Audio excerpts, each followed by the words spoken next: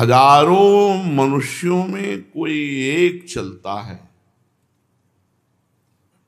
भगवत मार्ग में, उन चलने वालों में कोई विशेष प्रयत्न हजारों में एक करता है, विशेष प्रयत्न करने वालों में कोई सिद्ध होता है, और सिद्ध पुरुषों में भी कोई एक भगवान कह रहे मुझे तत्व से जान सकता है। एक तो इतनी आधुनिकता है कि भगवान की तरफ चलना ही अच्छा नहीं लगता, क्योंकि इसमें मन को मारना है। जब जन्म जन्म के पुण्य और संस्कार अभिव्यक्त होते हैं, प्रकट होते हैं, तो उसे साधु संग मिलता है। साधु संग मिलने का मतलब है हमारे ऊपर भगवान की बहुत कृपा है। अब मोहि भा भरोस हनुमंता, बिनु हरि कृपा मिले नहीं संता, पुण्य पुंज बिन मिले ही न संता, सत्संगति संस्कृति कर अंता। दोनों बातें, बहुत पुण्य एकत्रित हुए जन्म जन्मांतर के, जो भगवान कह रहे हैं हजारों में कोई एक चलता है। भगवान के मार्ग में चलना, भेष रख लेना या दंभ पाखंड करना, ये तो अलग की बात है।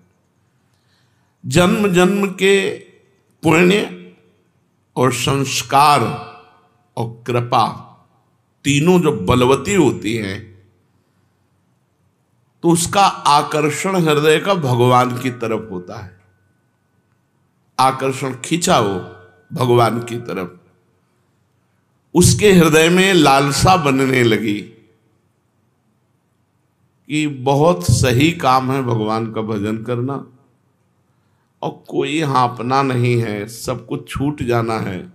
यार एक बार तो भगवत प्राप्ति कर लेते हैं, क्या होती भगवत प्राप्ति, एक बार तो देखते हैं भगवान का भजन करके।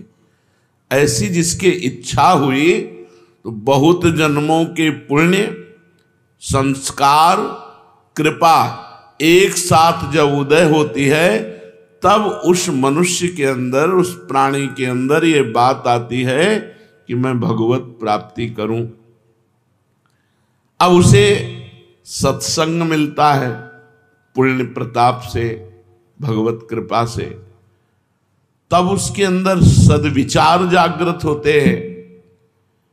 फिर वो शास्त्रों के अनुसार अपना जीवन चलाना चाहता है। जैसा सत्संग में सुना, बिल्कुल समझ लेना, अगर एक भी आचरण संत वाक्य या शास्त्र वाक्य के विपरीत है, वही आपकी साधना को चौपट कर देगा। एक भी आज्ञा का उल्लंघन आपको फंसा देगा माया में। अब वो अपने हृदय के भाव को लेकर चला, पूरी शक्ति लगा करके वो भजन करना शुरू किया। ऐसे कोई बिरले होते हैं, हजारों के अंदर पुण्य कृपा से साधु संग मिलता है, लेकिन वो विषय की तरफ ही खिंच कर जाना पसंद करते हैं। वो आगे नहीं बढ़ना चाहते। वो इतना खान पान भोग मिल रहा, 2-4 माला कर लिए, भक्ति बढ़िया, ये कोई चलना नहीं हुआ। चलना का मतलब है अपने पूरे समय को भजन में लगाना, पूरी शक्ति को शास्त्राज्ञा के अनुसार अपने जीवन को चलाना। अब ऐसे थोड़ी कि भगवत मार्ग में आप चल दिए तो बड़ी, अब ऐसा तो नहीं कि आप भगवत मार्ग में चल दिए तो पूरा मार्ग सरल है। आकर्षण है, बाधाएं हैं। कोई तो आकर्षण में ही फिसल गया, कोई बाधाओं से परास्त हो गया, कोई पूर्व जन्म की गंदी प्रवृत्तियों से परास्त हो गया, कोई लाखों में एक आदमी इन बाधाओं को, इनको सबको चीरता हुआ पूरी शक्ति लगा के भजन करते हुए वो आगे बढ़ता है। उसे भगवान कह रहे हैं कि प्रयत्न करने वालों में हजारों में कोई एक। प्रयत्न, अभी प्रयत्न के लिए जो आवश्यक बात बताई, जैसे आपको गुरुदेव मिले, मंत्र मिला, तो मंत्र सिद्ध करने के लिए स्थान चाहिए। किसी संत का सिद्ध पीठ स्थान या पुण्य क्षेत्र, पवित्र तीर्थ या गंगा यमुना का किनारा या कोई पूज्य पर्वत शिखर या तुलसी कानन, गौशाला, देवालय, पीपल, आंवला का वृक्ष या बड़ा सरोवर, उनका तट, पवित्र सरोवर, उनका तट, इन पे मंत्र सिद्ध होता है। इन जगहों में मंत्र जपने से सिद्ध होता है।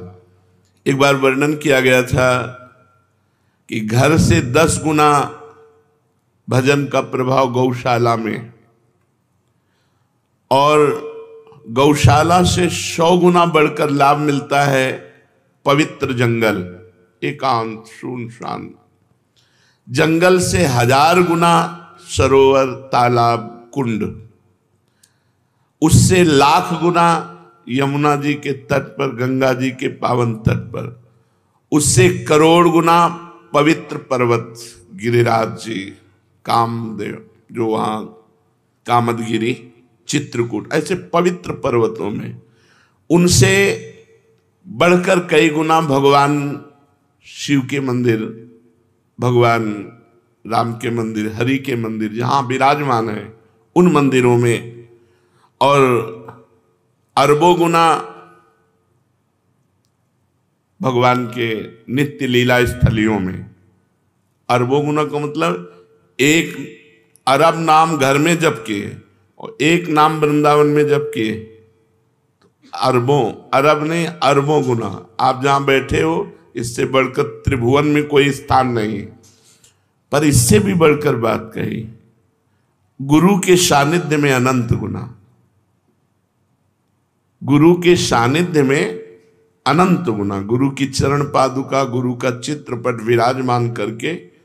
अब ऐसे गुरु थोड़ी बैठे कि बैठो हम जब कर ले, पहले सिद्ध हो जाए तब जाना हमारे पास से, तो ऐसे गुरु किसी के पास थोड़ी बैठे रहते। तो गुरु की पादुका और गुरु का चित्रपट, ये गुरु का सानिध्य माना जाता है। ऐसी जगह बैठे जो सम हो, बराबर हो, जहां कोई सांप, बिच्छू, कीड़ा मकोड़ा ऐसे आने का भय न हो, दुष्टों की विघ्न जहां ना पहुंचते हों, ऐसे पवित्र एकांत स्थान में निरंतर भजन करने का अभ्यास करें। सब कुछ अपने को प्राप्त है, श्रीधाम वृंदावन प्राप्त है, इसलिए सब कुछ प्राप्त है अपने को। अब नाम और मंत्र निरंतर चले, इसके लिए साधक को भोजन सुधारना होगा। जो चले उनकी बातें कर रहे हैं, जो चले तो प्रयत्न क्या होना चाहिए, ऐसे पवित्र स्थानों में मंत्र नाम सिद्ध करने का उपाय करना चाहिए। नाम और मंत्र निरंतर हमारे हृदय में चले, उसके लिए भोजन सुधार होना चाहिए। भोजन से रस बनता है और वही रस शरीर प्राणों को पोषित करके मन का निर्माण करता है। जैसा अन्न वैसा मन, मन का निर्माण करता है। जो अशुद्ध, निषिद्ध, अशुद्ध और निषिद्ध भोजन करते रहते हैं, उनके प्राण मलिन हो जाते हैं, उनका मन मलिन हो जाता है, उनसे भजन नहीं होता। भगवत प्राप्ति के लिए शरीर में उछाहलीपन, चैतन्यता, प्राण क्षोभ रहित और मन ग्लानि रहित, तब भजन होता है। जिस समय हम अपवित्र भोजन करते हैं तो चित्त में मल और विक्षेप धारण हो जाता है। चित्त पकड़ता है गंदी बातें, पूर्व की बातें, दुश्मनी की बातें, ये वो सब, वो उनको पकड़ेगा। मंत्र तुम्हारा चल रहा, मंत्र को नहीं पकड़ेगा। यदि भोजन सही नहीं है तो। भोजन पवित्र है तो चित्त विक्षेप छोड़ करके मंत्र को पकड़ता है और चिंतन करता है। चिंतन का कार्य चित्त का है। अन्न का सबसे बड़ा प्रभाव भजन में पड़ता है। भोजन में गृहस्थ है तो धर्म पूर्वक कमाया हुआ धन उसी से पेट भरे और नहीं। ये नहीं कि रास्तों में बट रहा है या बाबा जी क्या भंडारा हो रहा है तो हम। गृहस्थ नहीं। अगर आप किसी भंडारे में पाते हैं तो कीमत लगाइए कि 100 रुपये का भोजन आपने पाया तो 101 रुपये रख के वहां प्रणाम कर लीजिए। ऐसे गृहस्थ के लिए उचित नहीं। कहीं भी ये खुशी मत हो कि फ्री पा लिया। भोजन पाओगे सुकृत नष्ट हो जाएंगे, भजन में विक्षेप पड़ जाएगा। न्यायोपार्जित धन होना चाहिए गृहस्थ का, तभी उसकी भक्ति बनेगी, तभी उसका भजन बनेगा। अन्याय से, बेईमानी से, चोरी से, छल कपट से पाया हुआ धन और उससे जो अन्न पाया जाएगा उसकी क्रिया ही मूल में अशुद्ध है तो वो भजन नहीं कर पाएगा, उसका भजन सिद्ध नहीं होगा। बड़ा विक्षेप युक्त कोशिश भी करेगा तो भजन नहीं होगा। अगर पूरा भोजन आपका पवित्र है, गंदी कमाई का है तो भजन सवाल नहीं। भोजन चित्त का निर्माण करता है। चित्त मंत्र या नाम को पकड़ता है। जो अन्यायी है अन्याय से धन एकत्रित करता है, भूल जाए कि वो भजन करेगा। पाखंड माला हाथ में, मन संसार में, भजन नहीं हो। इसलिए पहले भोजन पर सुधार कीजिए। गृहस्थ है तो न्यायोपार्जित धन के द्वारा अपना उदर पोषण करे, किसी का भी फ्री पानी न पिए। देख लो आपका भजन बढ़ेगा। कोई हलवा पूड़ी रास्ते में बट रहा नहीं, आप कोई विरक्त थोड़ी गृहस्थ हो, खरीद के खाओ, पवित्र जगह से खरीद लो। यदि वहीं पाना है तो 150 रुपये भेंट रख के आओ। खाली हाथ नहीं कि खाया और चल दिया, बड़ा मौज है, तुम्हारे सुकृत नष्ट हो जाएंगे। अब आया सन्यासी, ब्रह्मचारी, वैष्णव। ये भोजन कहां से पाए? इसमें सर्वोपरिवृत्ति आकाश वृत्ति। आकाश वृत्ति कहते हैं जो परमात्मा स्वयं हमारे पास पहुंचा दे। कहीं मांगा नहीं, इशारा भी नहीं किया, हमारे पास जो आ गया उसी से उदर पोषण। काशी में इसी आकाश वृत्ति से रहते थे। दूसरी वृत्ति पवित्रता में माधुकरी। मधुकर कहते हैं भ्रमर को। जैसे एक एक फूल से थोड़ा थोड़ा पराग लेकर भौरा अपना उदर पोषण करता है, ऐसे 5 घर या 7 घरों से एक एक माधुकरी लेकर के अपना उदर पोषण करे। श्वान वृत्ति कभी स्वीकार न करे।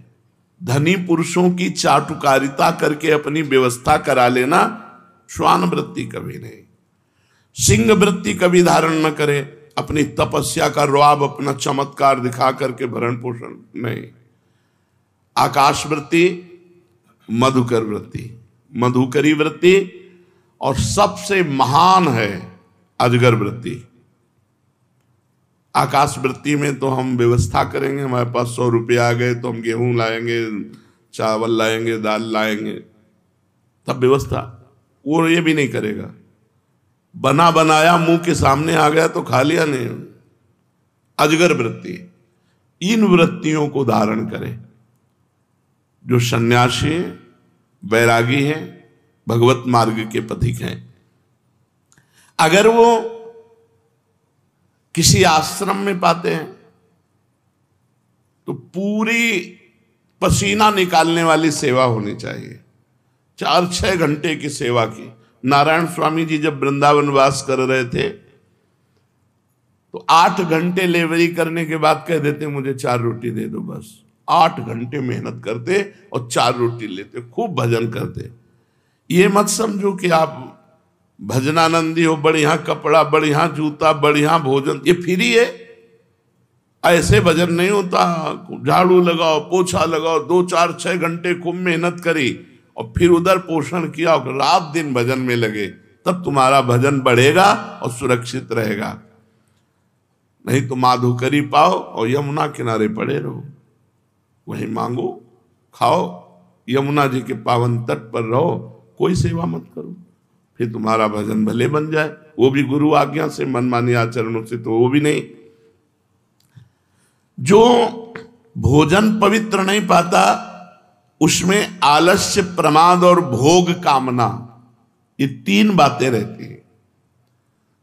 पड़े रहना, अरे हम नहीं कर पाएंगे सेवा, थोड़ी सेवा है वो भी उतनी जगह अपवित्र पड़ी, पोछा नहीं लगाया। प्रमाद, भोगों का चिंतन, ये खा ले, ये भोग ले, वो भोग ले, भजन नहीं।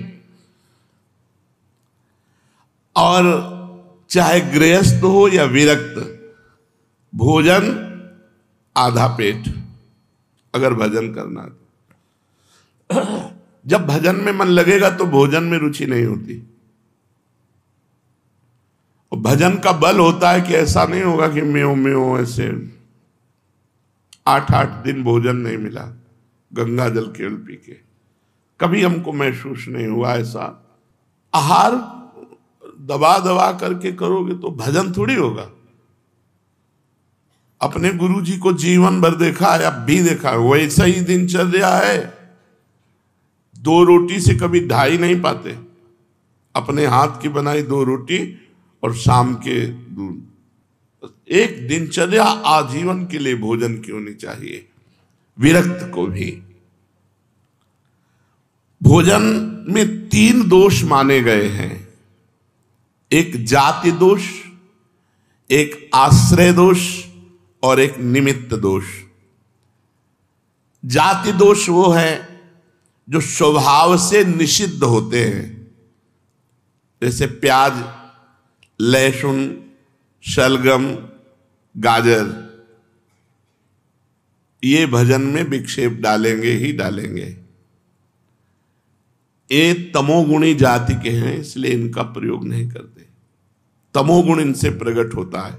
यद्यपि ये इनकी प्रकट होने की प्रक्रिया पवित्र है, जहां आलू प्रकट होती है वहीं प्याज लहसुन भी वैसे ही मिट्टी में, पवित्र मिट्टी में प्रकट होते हैं, पर ये भजन के लिए निषिद्ध है। ये बुद्धि में, भजन में विक्षेप डालते हैं, इसलिए संतों ने इसे मना किया है। ये कोई ऐसा नहीं कि प्याज लहसुन पाओगे तो पाप हो जाएगा, लेकिन भजन नहीं बनेगा। भजन शुद्ध बने, ये तमोगुणी वस्तु है, इसलिए इसको त्याज्य किया गया। ये ऐसा नहीं कि एकदम मांस मदिरा की तरह, ऐसा नहीं है। ये हमारे भजन में वृद्धि पड़े, इसलिए सलगम, लहसुन, प्याज, गाजर। जाति दोष वाली वस्तुएं यदि हम पाएंगे तो ये हमारे मन को अपवित्र कर देंगे और भजन नहीं होगा। दूसरा, आश्रय दोष। जैसे रसोई आपको खीर पूड़ी बड़ा पवित्र बना के दी गई, लेकिन उस रसोई में मांस रांधा गया है, वही गैस चूल्हा है, वही बनाने वाले हैं, वही पात्र है, ये आश्रय दोष हो गया। अगर आप पाते हैं तो आपकी बुद्धि भ्रष्ट हो जाएगी। जैसे मांस खाने से बुद्धि भ्रष्ट होकर उसका नरक गमन होगा, ऐसे ही उस रसोई का पाने से आपकी बुद्धि भ्रष्ट हो जाएगी, भजन में नहीं लगेगी। जैसे आश्रय दोष में पहला ये, जैसे शराब की बोतल है और उसमें गंगा जल भर दिया जाए तो आश्रय दोष के कारण वो गंगा जल आचमन के लायक नहीं रहेगा। जैसे जहां शराब रखी हुई है उसके पास आपके सब्जी रखी हुई उसी फ्रिज में, वो सब्जी वो आश्रय दोष के कारण अपवित्र हो चुकी है, क्योंकि वो मदिरा वहां रखी हुई। इस तरह से आश्रय दोष का त्याग, जाति दोष का त्याग। जाति का यहां मनुष्य से नहीं है, यह वस्तुओं से है। जो वस्तुएं शास्त्र निषिद्ध है उन वस्तुओं का सेवन न करें। आश्रय, आश्रय बहुत ही विवेक के, कहां भोजन, किनके यहां भोजन, कैसे आचरण करने वाले, बहुत ध्यान से। शुद्ध गाय का दूध भी यदि शराब के पास रख दिया जाए, जैसे फ्रिज है, बोतल शराब की रखी, वहीं दूध रखा है, वो दूध अपवित्र शराब की तरह आश्रय दोष के कारण हो गया, वो वैष्णव को कभी नहीं पाना चाहिए। इसीलिए बिना परिचय के भोजन नहीं करना चाहिए। अब अपने फ्रिज में क्या क्या रखे हुए है, कैसे खाता पीता है क्या। अब इसीलिए माधुकरी वृत्ति को हम ज्यादा प्रेरित नहीं करते। तो ऐसे हम कोई पेट भरने के लिए बाबा जी बने क्या? उनकी पवित्र माधुकरी, जो पवित्र आचरण करते हैं, पवित्र व्यवहार करते हैं, उनसे हमारा भजन बनेगा। तो अब आकाश वृत्ति सर्वश्रेष्ठ है, जो भगवान दे दे उसी से अपनी व्यवस्था करके खाओ पियो भजन करो। जैसे अपने यहाँ श्री जी के विधान में किसी से मांगा नहीं जाता, कोई दान पेटी नहीं, किसी का कोई किसी भी तरह घुमाओ फिराओ नहीं। ऐसे नहीं कि ओहो भाग्य खुल गए, रुपया रुपया के लिए बाबा जी बने, भोजन के लिए बाबा जी बने, भगवान के लिए बाबा जी बने। तो ऐसा नहीं संसार में कि अपवित्र ही लोग हैं, बड़े पवित्र भी हैं, उन्हीं से चलता है। तो आश्रय दोष, जाति दोष, आश्रय दोष। अब निमित्त दोष, साधक को निमित्त दोष से भी बचना चाहिए। जो वैष्णव नहीं है, जिनका अपवित्र आहार विहार है, उनका छुआ भोजन नहीं। हमारे लिए अछूत कौन? जो वैष्णव नहीं है, जो भजन नहीं करता। अगर वो चांडाल है और भजन कर रहा है, कंठी तिलक बांधे, हम उसके साथ बैठ के पालेंगे। लेकिन पंडित है, आचरण विहीन है, भगवत विमुख है, वो हमारी संगत। व्यास मिठाई विप्र की तामे लागे आग, वृंदावन के स्वपच की जूठन खाइए मांग। अहोबत सुपचतो गरियान यज्जिभ्याग्य वर्तते नाम तुभ्यम। वो स्वपच भी विश्व पूजनीय है, जिसकी जिभ्या पे हरि नाम विराजमान है। जो भगवत भजन नहीं करते, उनके हाथ का नहीं पाना, और कोशिश करें उनकी दृष्टि न पड़ पावे भोजन पे। जैसे हम ठाकुर जी के लिए पर्दा करके अगर ले भी जाना है तो थाल ढक कर कोई देख न पावे, पर्दा लगा के भोजन, निमित्त दृष्टि भी न पड़ पावे ऐसे लोगों की, जो भगवत विमुख हैं, जो नीच आचरण करते हैं, उनकी भी दृष्टि का निषेध। साधक को इन तीन दोषों से रहित भोजन पाना चाहिए। जाति दोष, आश्रय दोष, निमित्त दोष कहां रखा है, इसका भी प्रभाव पड़ता है। अब प्रधान प्रधान वस्तुएं कह रहे हैं कि जैसे गौ का दूध है, गौ का दही है, गौ का घी है, ये पवित्र भजन में बहुत सहयोगी होंगे। फिर तो पेट पालने के लिए, भजन के लिए गौ का दूध, जैसे भैंस का है, बकरी का है, भजन के लिए नहीं। भजन के लिए गौ का दूध, गौ का घी। भजन में दूध ना मिले तो भला, लेकिन अन्य पशु का दुग्ध बाधक है।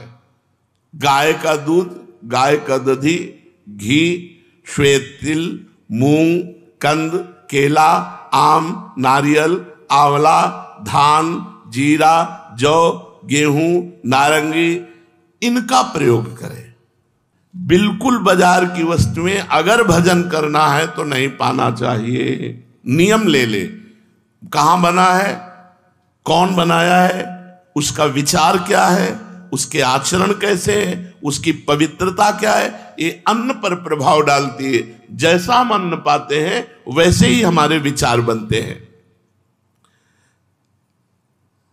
बिना औषधि के शहद नहीं खाना चाहिए, भजन में बाधक है। शहद का केवल आदेश है यदि आप बीमार हो तो औषधि में पा सकते हो, नहीं शहद पाने से फिर अपराध पाप लगता है। क्योंकि शहद औषधि के लिए ही केवल है। जैसे टेबलेट औषधि के लिए हैं कुछ, आप उनको नशे के लिए प्रयोग करने लगे तो निषेध है। आपको टेबलेट ऐसे नहीं मिले बिना डॉक्टर। तो ये मधु जो शहद है ये बलवर्धक है, ऐसे नहीं खाना चाहिए। शास्त्र आदेश करता है, भजन नहीं बनेगा। केवल औषधि में इसका प्रयोग है कि आयुर्वेदिक आदेश है ये औषधि पानी शहद से, अनुपान से, तो शहद ले लिया जाए। उपासक को चाहिए कि जिस अन्न को शाम के बनाया गया सुबह न पाए। पकवान में जैसे घी से तले हुए पदार्थ हैं, ये 1-2 दिन तो ठीक है, लेकिन जैसे रोटी दाल है, ये अन्न कच्चा अन्न है, ये बासी अन्न और रूखा अन्न, और जिसमें बाल पड़ गया है, मक्खी मर गई है, ऐसे अपवित्र अन्न, इनका त्याग करे। कांसे के बर्तन में साधक न पावे। अपने लोग तो रज, बड़ी कृपा है, रज के ही पात्रों का प्रयोग है। भोजन के संबंध में और एक बात ध्यान रखनी चाहिए कि भोजन पाते समय आपका चिंतन कहां गया है, चिंतन कहां है। भोजन पाते समय न भोजन में चिंतन होना चाहिए और न किसी व्यक्ति वस्तु स्थान का। अगर किसी व्यक्ति का चिंतन करते हुए भोजन पाते हो तो उसका स्वभाव गुण आपके ऊपर जारी हो जाएगा, लागू हो जाएगा। आपको 24 घंटा परेशान रहना पड़ेगा उसी के स्वभाव का। यदि वो कोई संत है तो आपका भजन 24 घंटा बढ़ेगा, 24 घंटे इसका प्रभाव रहेगा, जो विशेष रहेगा 24 घंटे प्रभाव रहता है। तो भोजन पाते समय उपासक को बहुत सावधानी पूर्वक अपने चिंतन को प्रभु में या किसी महाभागवत में, गुरुदेव संत जो सिद्ध महापुरुष हुए हैं, इंद्रियों को बल मिले, निद्रा आलस्य प्रमाद न सतावे, इसलिए बहुत सावधानी से थोड़ा भोजन पा लीजिए। ये बहुत बार सत्संग में कहा गया है। यदि भोजन पाते समय स्त्री पर स्त्री का गलत भाव से चिंतन करोगे तो मंत्र सिद्धि प्राप्त हो ही नहीं सकती, क्योंकि आपका मन पतित हो जाएगा। यदि भोजन पाते समय किसी द्वेषी का चिंतन करोगे तो मन में जलन पैदा रहेगी, 24 घंटे परेशान रहोगे। बहुत सावधानी से भगवत चिंतन करते हुए पवित्र भोजन और कम मात्रा में भोजन ले। सन्यासी, वैष्णव, विरक्त, इनको चाहिए कि भोजन परख करके ही पावे, भले उपवास करना पड़े, ऐसा वैसा भोजन न ले। चर्चा, भोजन ये विशेष। अब दूसरी चर्चा, अगर साधक बैठ करके हंसी मजाक करके पर स्त्री आदि की चर्चा, काम आदि की चर्चा करते हैं तो उस स्थान को तुरंत छोड़ देना चाहिए। अगर वो गंदी बातें दिखाते हैं, मोबाइल में गंदी बातें या ऐसे गंदी बात करते हैं, तो जो साधक को मंत्र सिद्ध करना है तो कान में अंगुली डाल के तुरंत हट जाए। बस एक ही दवा है, उस व्यक्ति से दोबारा मिले ना, उस व्यक्ति की चर्चा न सुने जो कामुक है, जो काम की बातें करता है, जो भगवत विरुद्ध करता है। और संतानोत्पत्ति के लिए ऋतुकाल के 1 सप्ताह के बाद अपनी पत्नी का सहवास गृहस्थ कर सकता है, अन्यथा वो भी दूरी बना के रखे। अगर मंत्र सिद्ध करना है, भगवत प्राप्ति करना है, ऐसे ही स्त्री साधकों को पुरुष साधकों से शौचालय, बाथरूम, मौन जब तक पवित्र न हो जाए तब तक, ये सिद्ध होने के लिए जरूरी। अगर नाखून काटा, बाल काटा, अगर जैसा शास्त्र आदेश उसके अनुसार 2-2 महीने में मुंडन कराओ या तो आजीवन बाल रखो, शास्त्रों का बैरागी के लिए और गृहस्थ के लिए।